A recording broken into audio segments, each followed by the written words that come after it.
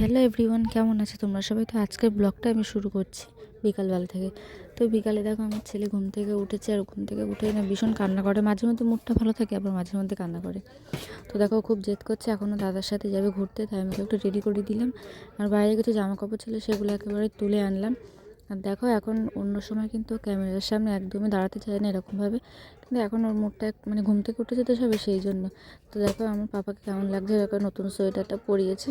আর এখন ও কিন্তু যাচ্ছে দাদার সাথে ট্রেন দেখতে, ও কিন্তু ট্রেন দেখতে খুবই ভালোবাসে। তো তারপর কিছু জামা কাপড় ছিল আমার বরের, সেইগুলো আমি ভাঁজ করে সুন্দর করে গুছিয়ে রাখলাম। এবার আমি ঘর বাড়িটা ভালো করে ঝাড় দিয়ে নিয়ে সন্ধ্যেটা দিয়ে নেবো। তারপর তোমাদের সাথে আবার দেখা হচ্ছে রাত্রে। তো দেখো রাত্রে আজকে আমাদের হয়েছিল চিকেন কষা আর রুটি, আর পাপার জন্য একটু চিকেন স্টু করে দিয়েছিলাম। তো সেটা দিয়ে ওকে ভাত খাওয়ালাম।